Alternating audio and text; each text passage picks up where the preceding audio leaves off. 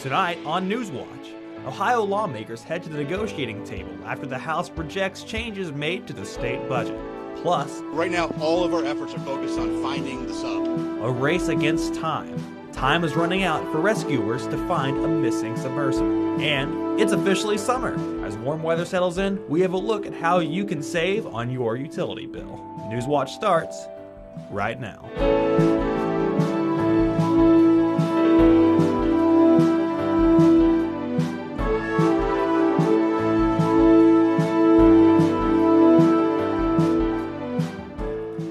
The state's two-year budget now heads to a conference committee after controversial changes. Good evening, I'm Connor Woodruff. Welcome to Newswatch.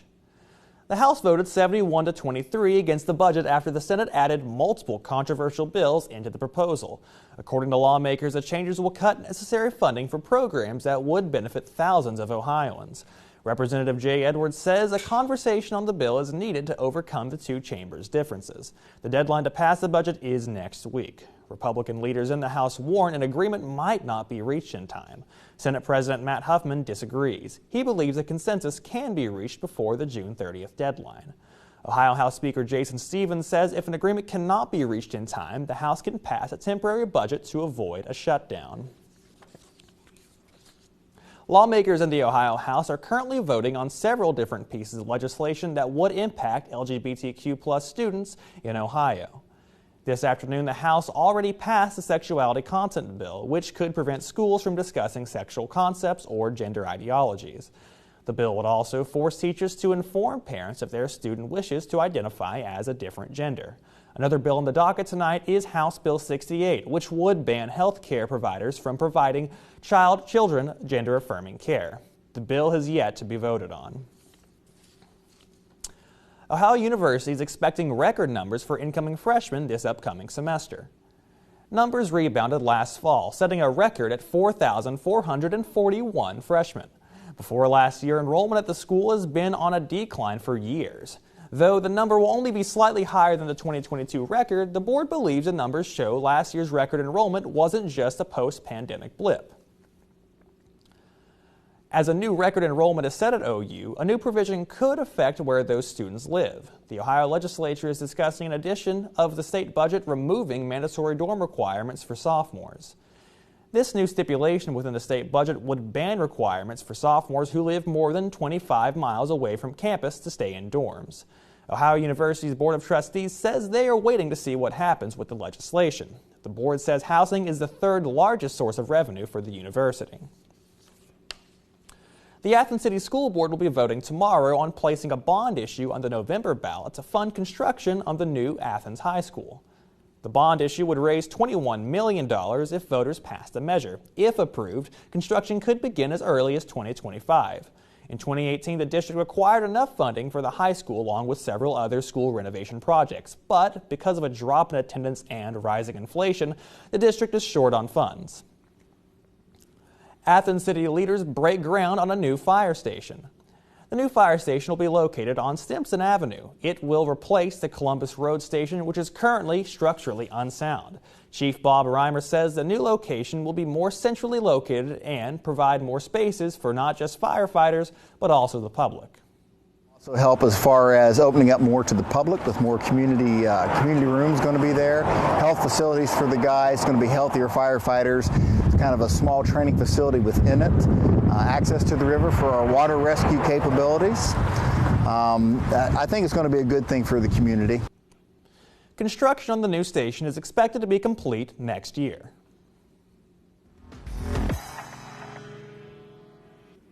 Good evening and happy Wednesday. We got a little bit of break today from those cloudy skies we've been seeing. There's a couple blue skies about in the morning, rolling into the afternoon, but right now we're looking at partly cloudy skies and it's about 77 right now, so things are cooling off just a little bit. Now a lot of those clouds and a lot of that rain we've been seeing has been from this low pressure system that's sort of been sitting right off the southern east coast. Now we're going to keep watching the system because it's going to continue to produce a couple of clouds and some rain moving on in the rest of this week. But we had a couple of blue skies today, and that's because we were right on the edge of that sort of cloud area right along here. And so we had a couple of gaps that brought those nice skies, but that will be coming to an end shortly. We can see a lot of rain is starting to go up in West Virginia, and that's going to continue to push into Ohio. So we'll see a little bit of that moving into tonight a little bit of a break on Thursday, but more on Thursday night and moving into Friday. Some highs going on right now are comfortably in the upper 70s. Athens is about 77, with Lancaster and Zanesville about 78, and Newark about 79. Earlier today, we saw a quick pop up into the 80s, so we're about lower 80s, and things are starting to warm up as we're moving into June. Now tonight, we'll see about a 50% chance of showers from that system starting to move towards us, and a 56-degree low. Be sure to stay tuned for my full forecast, where we'll talk about why we're starting to see a lot of that rain going on. Back over to you, Connor. Thanks, Emily. A tornado on the ground, but no warning sirens for those in its path. That's what some people say happened just last week in Toledo. Sirens sounded well after a tornado warning was issued in the eastern part of Lucas County, and after a tornado hit Point Place. Lucas County leaders say the sirens did not sound for the storm because the National Weather Service did not issue a tornado warning for the Point Place tornado. However, the sirens did sound when a second storm reformed near Oregon Harborview and Jerusalem Township. Lucas County Commissioner Lisa Sobecki says officials are going to look further into what went wrong and how they can correct it in the future. There's going to be, I think, ample opportunity for us to look at what went right and what went wrong, and then what we need to correct. Sobecki says right now the focus for the county is to help people impacted by the storm. The National Transportation Safety Board is hosting a two-day investigative hearing in East Palestine tomorrow. The hearings is a part of the ongoing investigation into the February 3rd toxic derailment. According to the NTSB, the hearings will focus on hazard communications and the initial emergency response to the incident. NTSB Chair Jennifer Halmody says the communities most affected by the derailment deserve transparency into the investigative process. The hearings are scheduled for tomorrow and Friday beginning at 9 a.m. at East Palestine High School. All members of the public are invited to the hearing. The tech company Microsoft purchases 183 acres of land in Licking County. The company paid nearly $57 million for the land at $310,000 per acre in the city of Albany. The land is less than a mile south of US 62. Amazon, another huge corporation, purchased over 200 acres near the property back in January. Microsoft previously had plans to build a data center there, but the company is yet to reveal any plans for what they currently plan to do with the area. A lithium battery plant is set to be built in Lawrence County. The plant could be built as soon as 2025 with construction near Pure Cycle Technologies. The Lawrence County Convention and Visitors Bureau says it's an ideal location to build the plant. This comes from a collaboration between the Lawrence Economic Development Corporation and the Chinese battery company Capcom. Executive Director of LEDC Bill Dingus says it's a chance to get into clean energy and to bring a plant to the tri-state area. Reports say the plant could bring up to 60 new jobs to the area. Coming up after the break, the search continues for the missing sub in the Atlantic Ocean. Plus, ways you can save on your utility bills this summer. Happy first day of summer, but more rain is expected to come our way tomorrow and into the weekend. What we can expect and more when Newswatch returns. On Hemingway. In order to have something new to write, he had to have something new to live. Atop the literary world, Hemingway seeks new challenges. I think ordinary life was anathema to him. Reports from the front lines in Spain. In the morning, the roaring burst of a high-explosive shell wakes you. And falls in love with Martha Gellhorn. Martha was a woman who would not back down. When Hemingway continues. Thursday at 9 on WOUB.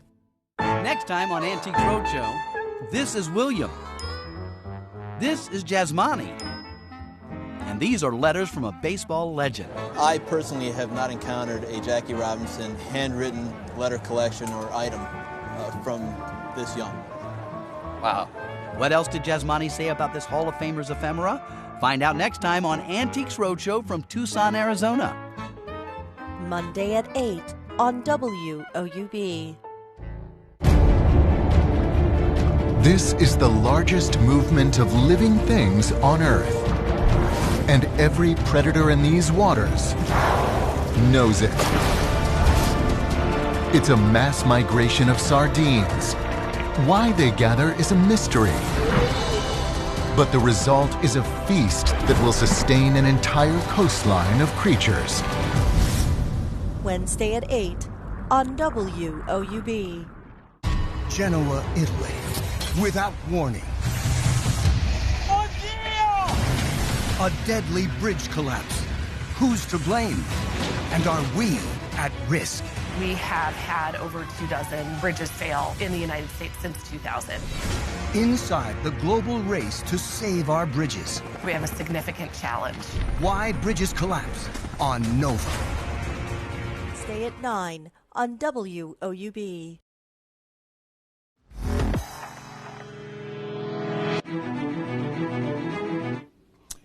It's a race against time. Search crews are combing the sea for a submersible missing since Sunday while exploring the wreckage of the Titanic. Chris Wynn is in Boston with the latest. The minutes melt away on search crews' potential to find people alive as oxygen runs short on board the missing Titan submersible. The surface search is now approximately 2 times the size of Connecticut, and the subsurface search is up to 2.5 miles deep, exponentially expanding the size of the search area. The longer it takes, the less likely that a positive outcome will occur. But all hope is not lost. Cutting through the darkness of the deep sea, consistent banging noises have been detected during the search. We don't know the source of that noise, but we've shared that information with Navy experts to classify it. In the meantime, it's a target, it's a focus for us to look at. And so we've deployed the remote operated vehicles and the surface vessel, the Canadian Coast Guard surface vessel that has sonar capability in the vicinity. You can't ignore the banging, and you don't have time to wait to analyze the sounds exactly. So you have to assume, I think, that they're human-made. Until the sub is found, there's more questions than answers as to what happened. Right now, all experts can do is speculate. Was there a problem with the porthole? Was it a problem with the pressure? Was it a problem with the valve? But if a submersible doesn't go back to the surface on itself, on its own, it's really that there is a deep problem. Reporting for Newswatch, I'm Chris Wynn. An impeachment resolution for President Joe Biden could be on the House floor this week. GOP Representative Lauren Boebert made a specific procedural move that would force the chamber to vote on her resolution this week. The articles focus on Biden's handling of immigration and changes at the U.S.-Mexico border.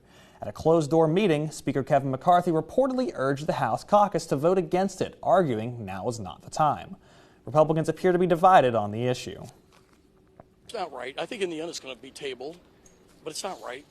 And I believe in team sports. You work together, and this is an individual that I believe is undermining the team. I just wish that there would be more communication with our conference in terms of bringing a privileged resolution like this to the floor with a little bit more nuance and thought before it was just rushed.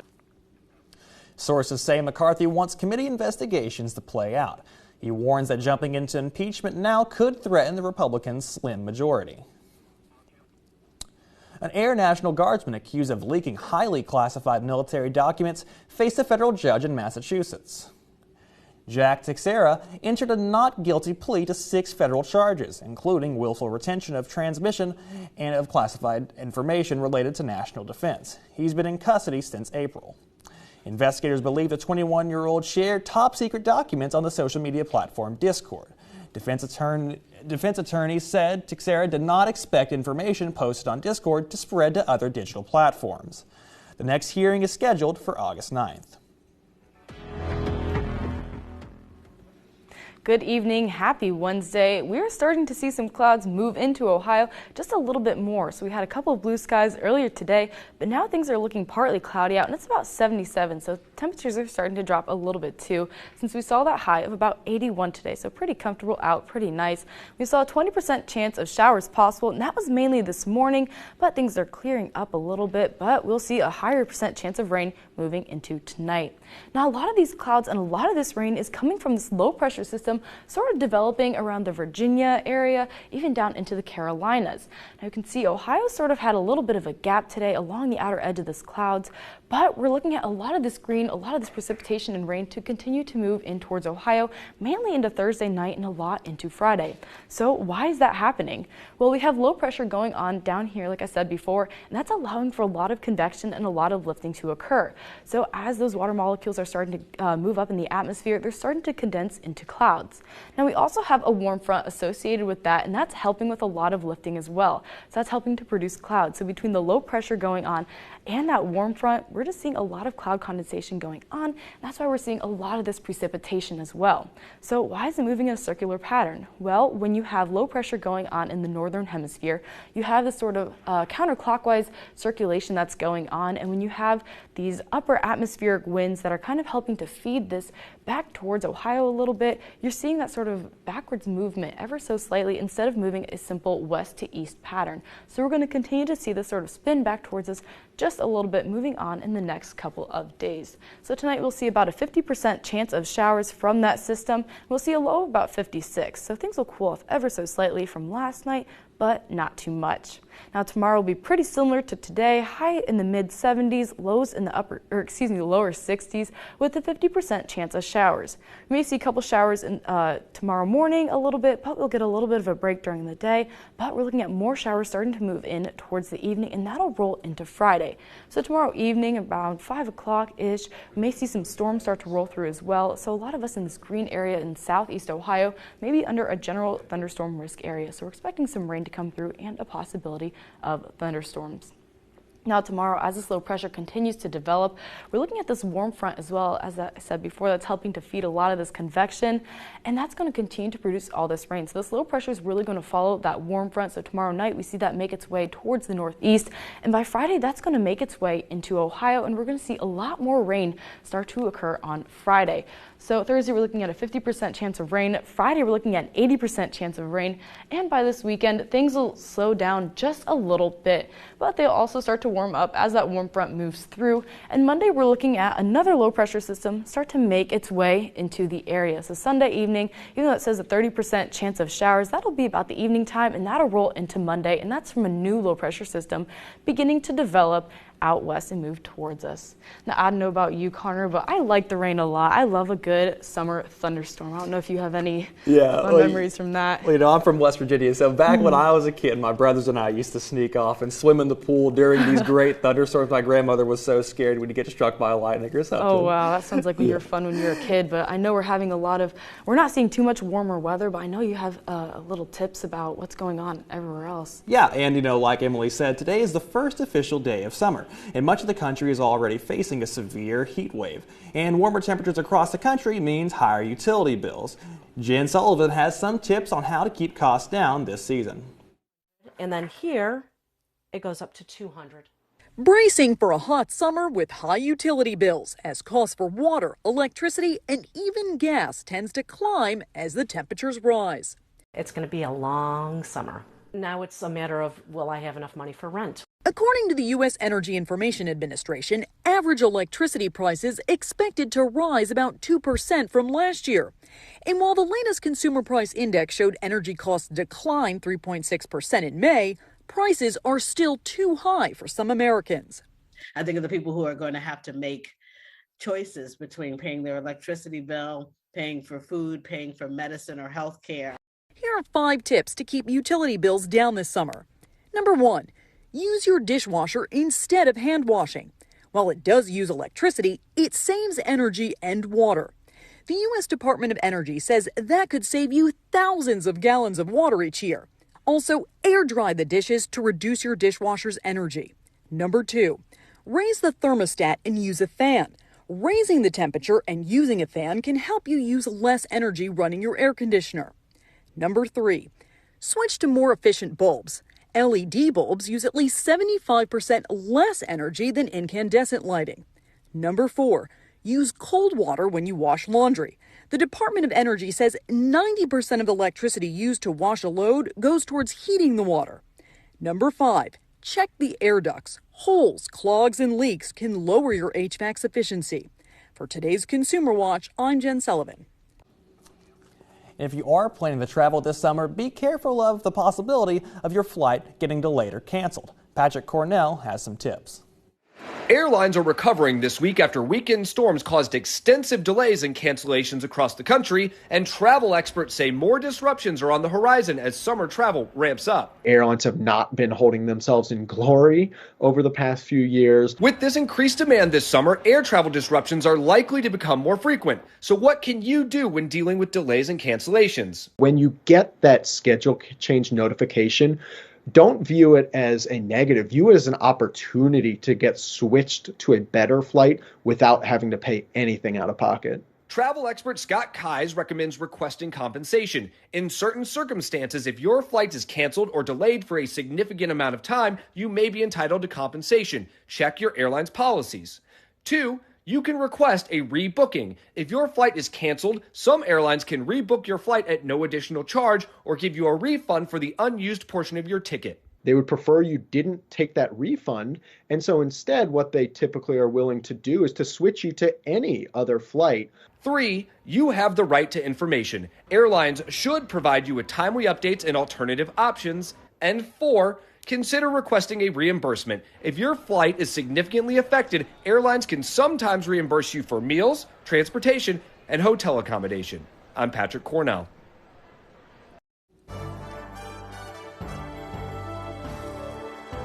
Short of across the country, and some organizations are worried.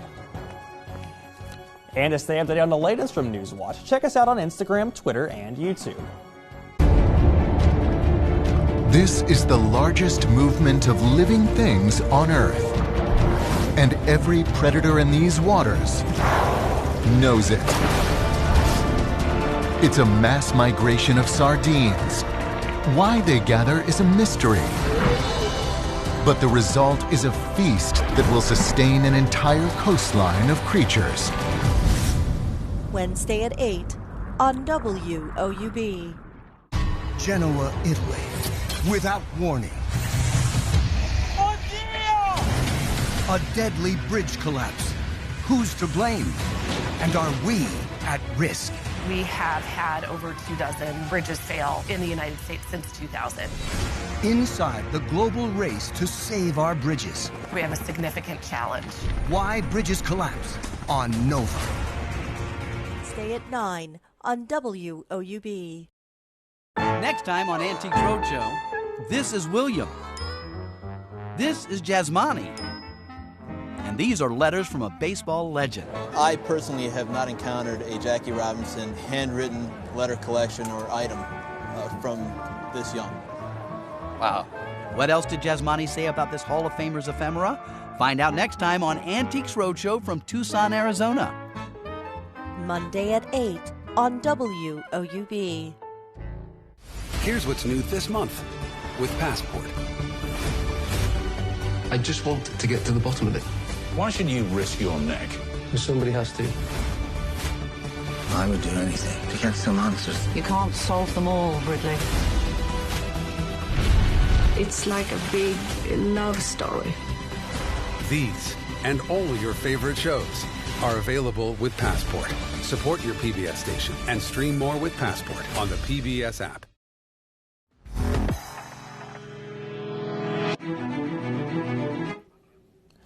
A concerning decline in blood donations since last month could put stress on U.S. blood supplies throughout the American Red Cross. And the organization worries the numbers of blood donations will only continue to go down. Mandy Gaither has more on the impact of low blood donations and how you can help. As summer heats up, blood donations are going down. Last month, we collected over 26,000 fewer blood donations than needed to meet the needs of patients. Tiffany Taylor with the American Red Cross says it's common to see blood donation declines this time of year as more people are traveling and fewer blood drives in places like schools. But she says the need for blood doesn't take a summer break. When blood donations are low, this can lead to blood shortages, which affect our ability to support cancer patients in their treatment. It affects our ability to respond to medical emergencies and chronic blood conditions. If blood isn't readily available, it can also lead to postponement of elective surgeries. Taylor says low donations are especially concerning for the approximately 100,000 Americans who suffer from sickle cell disease. There is no widely available cure, and they often rely on regular blood transfusions to manage their pain and prevent life-threatening complications. While donors of all blood types are needed, the Red Cross is especially in need of type O, which is always in high demand. For Health Minute, I'm Mandy Gaither. Anyone interested in giving blood can schedule an appointment at redcrossblood.org. You can also call 1-800-RED-CROSS or go through the American Red Cross donor app. When we return, a new study finds sleeping during the day is actually good for you. But first, here's a look at what's coming up tonight on your public television station. On Hemingway. In order to have something new to write, he had to have something new to live. Atop the literary world, Hemingway seeks new challenges. I think ordinary life was anathema to him. Reports from the front lines in Spain. In the morning, the roaring burst of a high-explosive shell wakes you. And falls in love with Martha Gellhorn. Martha was a woman who would not back down. When Hemingway continues. Thursday at 9 on WOUB. Genoa, Italy.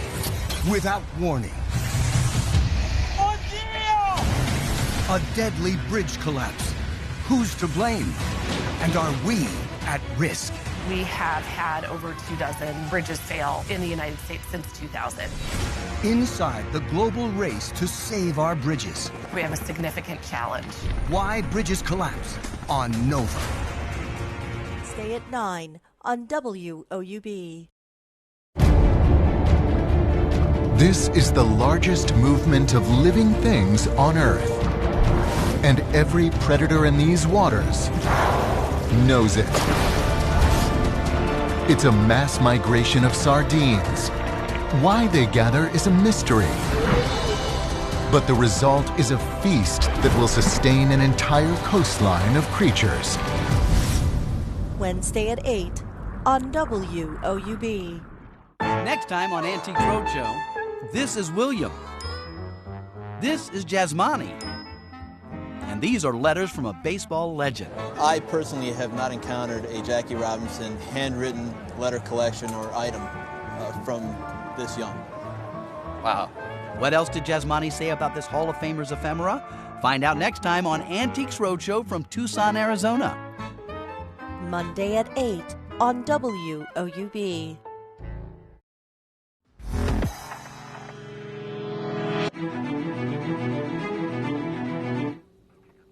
Finally tonight, here's some news you can sleep on. Taking daytime naps may help maintain brain health as we age. That's according to a new study published in the journal Sleep Health. Researchers from University College London and the University of Republican of Uruguay says habitual napping was linked with larger total brain volume. Researchers say on average the difference in brain volume between nappers and non-nappers was equivalent to 2.5 to 6.5 years of aging. However, prior research has shown that excess napping can also be harmful and could even be a sign of dementia. Now over to Emily with a final look at your weather. Tonight we're expecting a low of about 56 with a 50% chance of showers as we're looking at that low pressure system off the east coast sort of circulate back towards Ohio. It's moving in this sort of counterclockwise sort of pattern, and a lot of low pressure and warm front are associated with a lot of rain. So that's why we're seeing that movement back towards us. Now tomorrow we'll see a 50% chance of showers, a little bit in the morning, a bit of a break during the day, but more towards the evening we'll see that increase and carry on over into Friday, where we see that low pressure really scoot on up into Ohio, and we have about an 80% chance of rain looking into Friday. Now on Saturday we'll have about a 60% chance of thunderstorms, kind of piggybacking off that low pressure system that we're seeing, but Sunday we get a bit of a break, but starting off next week on Monday we're going to look at a chance of thunderstorms coming back towards us. That does it for our broadcast this evening. Thanks for watching. For Emily Dietz, I'm Connor Woodruff. Stay tuned for the PBS NewsHour coming up next. And remember, you can always find the latest news anytime on WOUB.org or follow us on social media. Have a great night.